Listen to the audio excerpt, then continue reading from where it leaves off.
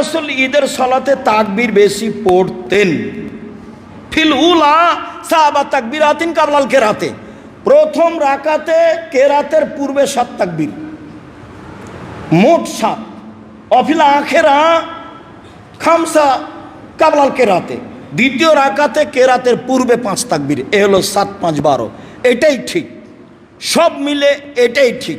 7 5 12, কেরাতের পূর্বে 7, পরের রাকাতে কেরাতের পূর্বে 5, 7 5 12। 6 তাকবীরে ঈদের সালাত আদায় করার কোনো প্রমাণ আমরা এ যাবৎ পেশ করতে পারিনি। যদিও ভারত, বাংলাদেশ, পাকিস্তানের শতকরা 90 জন বা 95 জন মানুষ 6 তাকবীরে ঈদের সালাত আদায় করছে, 12 তাকবীরের সহি হাদিস থাকা সত্ত্বেও।